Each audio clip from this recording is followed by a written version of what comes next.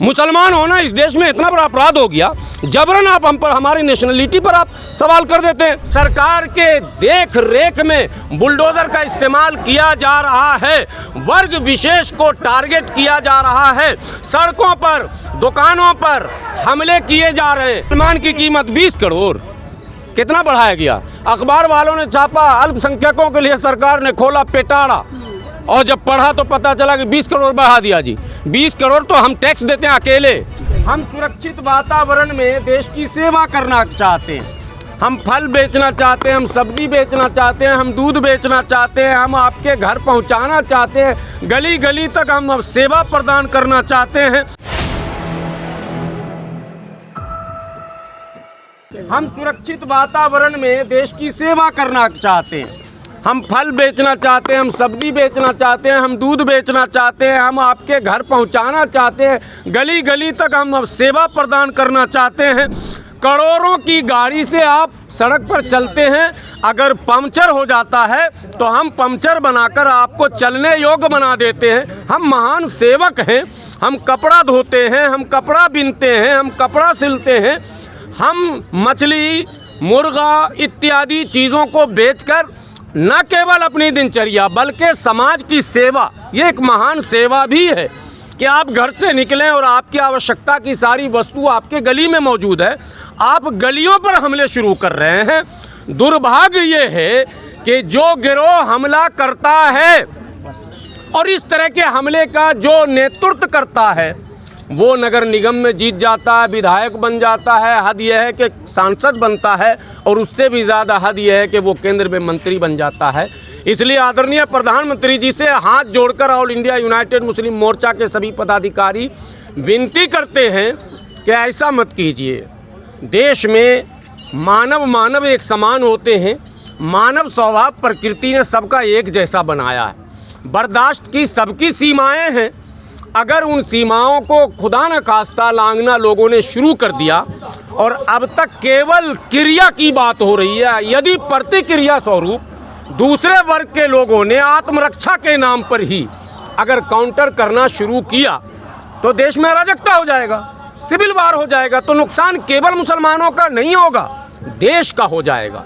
तो हम देश की चिंता कर रहे हैं और हम अपने देश के आदरणीय प्रधानमंत्री जिनका नारा था सबका साथ, सबका विकास, सबका विश्वास, सबका प्रयास, हम तो सारे प्रयास कर रहे हैं, प्रयास में हमारी ओर से कोई कमी नहीं। हम इस देश के सबसे महान सेवक हैं। प्रयास के मामले में देश के सभी नागरिकों के कांधे से कांधा मिलाकर, कदम से कदम मिलाकर कहीं भी हम पीछे नहीं हैं, हर जगह बराबर रेस में। तो प्रयास में कोई कमी नहीं है। लेकिन आपने कहा सबका विश्वास, विश्वास तो आप नहीं जीत पा रहे हैं क्योंकि पूरे देश में अविश्वास का वातावरण बन रहा है। एक वर्ग को ये संदेश जा रहा है कि न तुम्हारा कानून सुनेगा, न तुम्हारी सरकार सुनेगी, मुख्यमंत्री बंदूक उठाएंगे और तुम्हारे पुतले पर गोली मारेंगे। मुख्यमंत्री कहेंगे राज्य के, मियाँ मुसलमानों को जहाँ पाओ वहीं पीटो, रिक्शा पर चढ़ो तो 5 रुपये की जगह पर 4 रुपये दो। ये मुख्यमंत्री की अगर भाषा होगी और देश में कोई प्रतिक्रिया नहीं हो, सुप्रीम कोर्ट चुप हो, आदरणीय प्रधानमंत्री चुप हो, आदरणीय गृह मंत्री चुप हो, महामहिम राष्ट्रपति चुप हो, माननीय लोकसभा के सांसद चुप हो, माननीय राज्यसभा के सांसद चुप हो, पार्टी के सभी राजनेता चुप हो, ये देश के लिए कहीं से भी अच्छे संकेत नहीं है। देश की बात मैं कर रहा हूँ, मुसलमान की बिल्कुल बात नहीं कर रहा हूँ। देश बचाने के लिए, इस देश में अमन चैन प्यार प्रेम तरक्की के लिए, इस देश की विकास के लिए, इस देश को विश्व गुरु बनाने के लिए ये ज़रूरी है कि उस वर्ग विशेष जिस पर हमले हो रहे हैं उनकी रक्षा के लिए एक कानूनी कवच बनाया जाए। आप लोगों के संज्ञान में होगा कि 70-80 के दशक में जब SC ST पर एट्रोसिटी बढ़े थे, अत्याचार बढ़े थे, हमले बढ़े थे, उन कई कांड हो गया था, देश के कई कोने में बड़ी बड़ी घटनाएं घटने लगी थी, गांव के गांव में हमले होने लगे थे, तब उस समय के प्रधानमंत्री स्वर्गीय राजीव गांधी जी ने लोकसभा के अंदर एक कानून लाया, प्रिवेंशन ऑफ एट्रोसिटी एक्ट 1989, अर्थात अत्याचार निवारण अधिनियम 1989। उसका उद्देश्य था कि एक विशेष प्रबंध इन वर्गों के सुरक्षा के लिए किया जाए ताकि हाथ उठाने पर ब्रेक लग सके, लगाम लग सके। नतीजा आपके सामने है। गांव के गांव लोग चिल्ला रहे हैं कुशेश्वर स्थान में कि इतने लोगों पर कर दिया, भागो। इतने लोगों ने हमले किए तो किए। डर है, भय है, उस कानून का लोगों में है। इसका एक्सपेरिमेंट हुआ, जीता जागता उसका कई उदाहरण देश में मौजूद है। हाँ, ये अलग बात है कि कुछ लोग ये भी कहते हैं कि उसका दुरुपयोग होता। कई कानून ऐसे रहे हैं देश में, दुर्भाग्य से कहीं ना कहीं उसके दुरुपयोग की खबरें आ जाती हैं, लेकिन वो सुरक्षा कवच साबित हुआ है, इसमें कहीं कोई शक नहीं है। एट्रोसिटी में कमी आई है। SC/ST के आप रिकॉर्ड निकालेंगे, डेटा निकालेंगे तो हम देश के प्रधानमंत्री से विनती करने आए हैं कि जो परिस्थितियां 70-80 के दशक में SC और ST की थी, आज वही हालत भारत के माइनॉरिटी की हो गई है। भारत के माइनॉरिटी का हाल ये हो गया है कि हमारी माएँ और बहनें नकाब पहनकर नहीं चल सकती। चलती हैं तो छीटाकशी की जाती है, नकाब उतारे जाते हैं। और कई संस्था के लोग, कई स्कूल चलाने वाले, कई संगठन चलाने वाले उस नकाब का मजाक उड़ाने के लिए मंचों से उस नकाब का मंचों से मजाक उड़ा रहे हैं। दाढ़ी और टोपी पर हमले हो रहे हैं, देखकर आइडेंटिफाई करके ट्रेनों पे यात्रा, एक भयानक माहौल बना हुआ कि कोई दाढ़ी टोपी रखकर, नकाब पहनकर क्या ट्रेन से यात्रा कर सकता है? वो पूर्ण रूप से सुरक्षित है क्या? ये एक सवाल है। क्या उसको सुरक्षा का अभाव हो रहा या सुरक्षा का उसको अनुभव हो रहा या असुरक्षित महसूस कर रहा?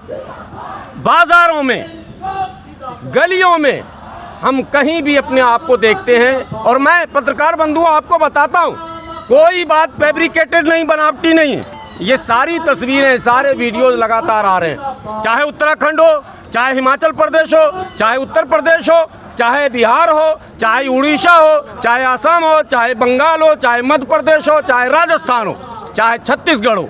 इन तमाम राज्यों से जो भयानक तस्वीरें आई हैं, उन तस्वीरों से सरकार को जाग जाना चाहिए था। सरकार को समय रहते निर्णय लेना चाहिए था, लेकिन दुर्भाग्य से सदन चलता रहा। तमाम तरह के बहस, जो गैर ज़रूरी बहस थे, उस पर समय बर्बाद किया गया। लेकिन एक ज़रूरी बहस जो देश के सुरक्षा से, देश के अमन चैन से, देश की शांति से, देश के विकास से जुड़ा हुआ है, उस पर बहस नहीं किया गया।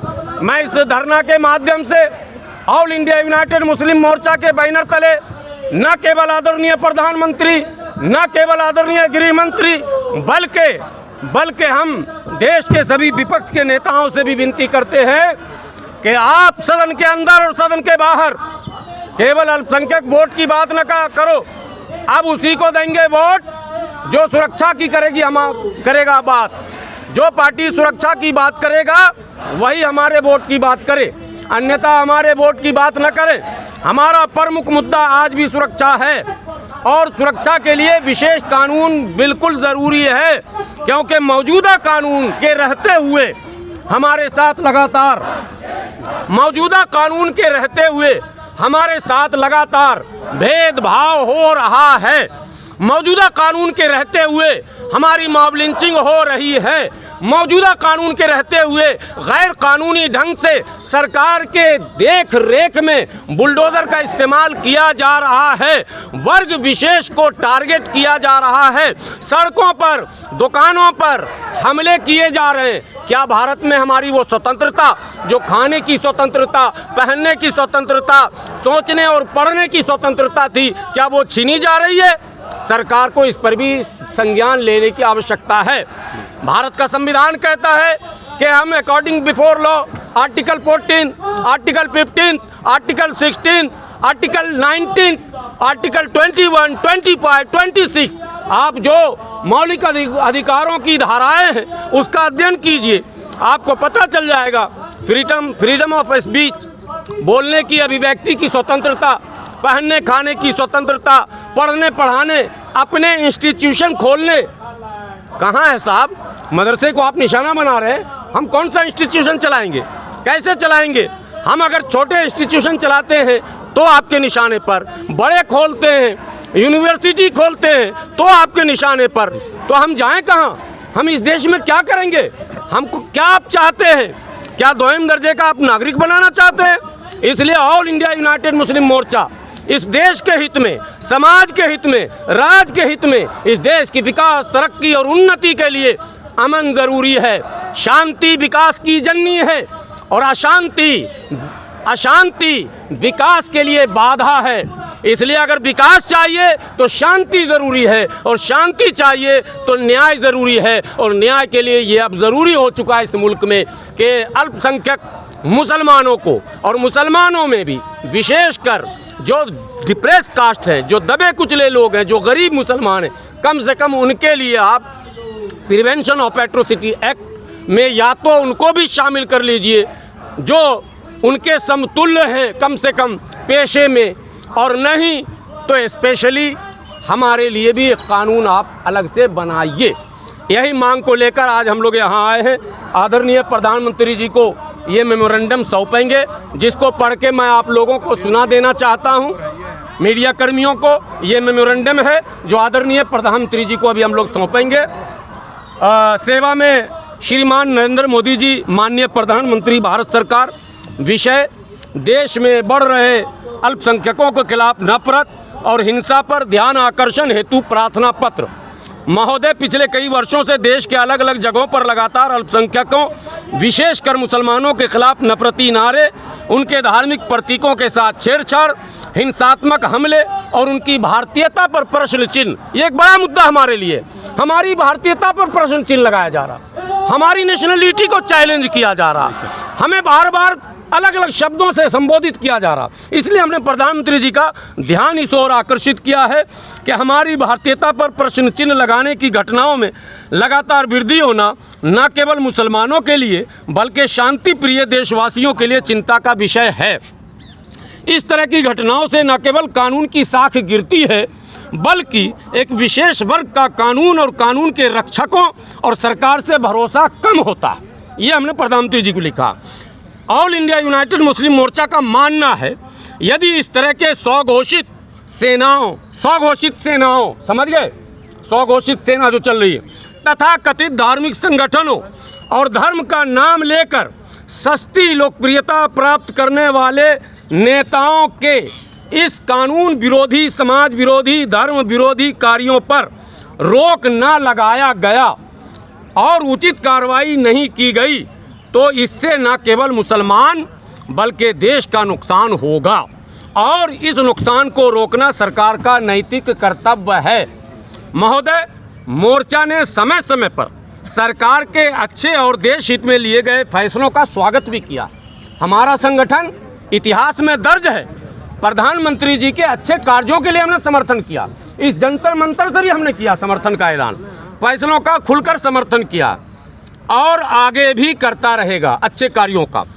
लेकिन मोर्चा के सभी समर्थकों का मानना है कि देश, समाज और राष्ट्र की भलाई के लिए गरीब पसमानदा मुसलमानों को विशेष कानूनी सुरक्षा प्रदान करने के लिए ज़रूरी है कि उन्हें भी अत्याचार निवारण अधिनियम 1989 में शामिल कर लिया जाए ताकि वो भी अपने आप को सुरक्षित महसूस करें और अल्पसंख्यक विरोधी सरकार होने के कुप्रचार से वो अपने आप को अलग कर सकें। ये मैंने लिखा, चूँकि अल्पसंख्यक विरोधी होने सरकार के ये मार्केट में बात चली रही है, सभी विपक्ष कह रहे हैं, सभी संगठन कह रहे हैं, लेकिन हम अभी भी कह रहे हैं कि अगर आप हमारे लिए कोई उचित फैसला लेते हैं तो हम इस कुप्रचार के खिलाफ भी खड़े होंगे। हम कहेंगे कि नहीं, हमारे प्रधानमंत्री जी ने हम लोगों के लिए ये काम किया। सर, पूर्ण विश्वास है कि आप इस विनती पर गंभीरता पूर्वक विचार कर देश समाज हित में उचित निर्णय लेंगे। धन्यवाद। ये आदरणीय प्रधानमंत्री जी को हमने छोटा सा एक ज्ञापन जो मुझे अभी सौंपना है। किसी भी कीमत पर असम के मुख्यमंत्री हेमंता बिस्वा शर्मा को अब मैं जी नहीं लगा सकता हूँ, क्योंकि जब वो संविधान को मानने के लिए तैयारी नहीं है, उनको 1 मिनट भी देरी किए बगैर न केवल बर्खास्त करना चाहिए, केवल बर्खास्त नहीं बल्कि गिरफ्तार करके जेल में डालना ज़रूरी है, तभी कानून की बालादस्ती साबित होगी। ये कोई तरीका नहीं है एक अदना सा सड़क छाप भी ये बात अगर कहेगा तो कानून की गिरफ्त में आएगा कि भाई आप ऐसे कैसे किसी को मारने पीटने भगाने की बात कर सकते हैं। मैं दिल्ली में रहता हूँ, ऑटो रिक्शा से अभी आपके यहाँ आया हूँ। ऑटो रिक्शा अगर 150 हमसे बात तय हो गई तो मुझे 150 ही देना है। अगर हम उसको जबरन ये कहते हैं कि तू अमुक जाति या अमुक धर्म का है तो तुझे मैं नहीं दूंगा, मतलब अपराध है। इसलिए अपराध की सज़ा जो तय है वो मिलनी ही चाहिए। लेकिन वो अपने बचाव में बोल रहे हैं कि हम लोग जो है दूसरे मुसलमान, जो बाहरी मुसलमान हैं उनकी बात कर रहे हैं। पूरे भारत में कहीं बाहरी मुसलमान ने, एक सेकंड सवाल से पहले ये कंप्लीट कर लीजिए। बांग्लादेशों की बात मैं बता रहा हूँ, आप लोगों से हाथ जोड़कर विनती है, देश बचाने में आप भी आगे। लखनऊ के कमिश्नर का कल बयान आया है। लखनऊ में दावा किया मेयर ने कि 2 लाख रोहिंग्या यहाँ रह रहे हैं। 6 महीने के स्पेशल ड्राइव पर पुलिस को आप फालतू काम में लगाएंगे, शिक्षक को आपने लगा दिया फालतू काम में, अब पुलिस को भी आप फालतू काम में लगा रहे हैं। पुलिस का काम है सुरक्षा का मेंटेन करना। आप कह रहे हैं तुम गली गली घूमो, झोपड़पट्टी में रहने वालों को पकड़ो, मोबाइल से स्कैन करो, जो गाजियाबाद में वीडियो आपने देखा। तो लखनऊ के सीपी साहब का बयान आया, कमिश्नर साहब का, कि 6 महीने के स्पेशल ड्राइव के बाद भी एक भी बांग्लादेशी, एक भी रोहिंग्या, एक भी मैं नहीं कह रहा हूँ, अभी बयान है, कल के अखबार में छप चुका, एक भी नहीं मिला। अब जो मेयर हैं उनको बर्खास्त किया जाएगा। क्यों आपने भ्रम फैलाया कि 2 लाख बांग्लादेशी हैं? कैसे आ गए लखनऊ में 2 लाख बांग्लादेशी? जो लखनऊ में आप फैला रहे हैं वही आपने गाजियाबाद में फैलाया, फेल हो गए। पिंकी चौधरी ने जिस पर हमला किया वो बांग्लादेशी था, आपको पता चला कौन था? शाहजहांपुर का निकला, शाहजहांपुर उत्तर प्रदेश का निकला वो परिवार, आपने मार के भगा दिया बांग्लादेशी कह के। यही तो मैं कह रहा हूँ, मुसलमान होना इस देश में इतना बड़ा अपराध हो गया, जबरन आप हम पर, हमारी नेशनलिटी पर आप सवाल कर देते हैं, हमारी मैंने राष्ट्रीयता पर आप प्रश्न चिन्ह लगा रहे हैं। आपको ये अधिकार किसने दिया भाई? रोहिंग्या के आड़ पे देश के कहीं कोई रोहिंग्या नहीं। आपने बोला था मदरसा और यूनिवर्सिटी बनानी नहीं जा रही है, तो जो अल-फलाह यूनिवर्सिटी गई सर, उसके बारे में क्या बोलेंगे? कहाँ अल-फलाह यूनिवर्सिटी? अभी जो रहा सर, कांड हुआ दिल्ली में, कौन सा कांड हुआ? बम ब्लास्ट हुआ। कहाँ पे बम ब्लास्ट हुआ? दिल्ली। वो जब उसका रिजल्ट पता चला, अल-फलाह यूनिवर्सिटी सर नहीं ना आया। ये सारे बेबुनियाद सवाल हैं। अरे सरकार, सुन ली, अब सुनिए, सवाल कीजिए, 1 मिनट। हाँ, सवाल के बाद जवाब ले लीजिए। जितने डॉक्टरों को गिरफ्तार किया गया था, सबको गिरफ्तार कर, जितने भी डॉक्टर गिरफ्तार हुए थे सबको छोड़ दिया गया। सब क्यों छोड़ा गया? आप सवाल वहां जाके पुलिस से कीजिएगा, हमसे मत कीजिएगा। छोड़ने का मतलब सीधा है कि वो दोष या तो इन्वेस्टिगेशन के लायक कोई मटेरियल नहीं बचा, तभी तो आपने छोड़ दिया। लेकिन अभी हाल ही में बजट आया, उसमें अल्पसंख्यक डिपार्टमेंट का बजट बढ़ा दिया गया। सरकार तो तमाम दावे कर रही है, बढ़ोतरी। मुसलमान की कीमत 20 करोड़ कितना बढ़ाया गया? अखबार वालों ने छापा, अल्पसंख्यकों के लिए सरकार ने खोला पेटाड़ा, और जब पढ़ा तो पता चला कि 20 करोड़ बढ़ा दिया जी। 20 करोड़ तो हम टैक्स देते हैं अकेले, हमारा परिवार जो, जिस परिवार से मैं हूँ, मैं ऐसे खड़ा नहीं हूँ। 20 करोड़ रुपया सालाना मेरा परिवार टैक्स देता साहब। आप अल्पसंख्यकों को साल में 20 करोड़ रुपया बढ़ा के ढिंढोरा पिटवा रहे हैं, और 20 करोड़ का प्रचार करवा रहे हैं। सारे टीवी चैनल पर चल गया, अल्पसंख्यकों के लिए खोला सरकार ने पिटोरा। मेरा ये विषय नहीं था, आपने पूछ लिया तो बोल दिया। मुझे बजट पर नहीं पूछिएगा कोई भी। हाँ प्लीज, मेरी विनती है।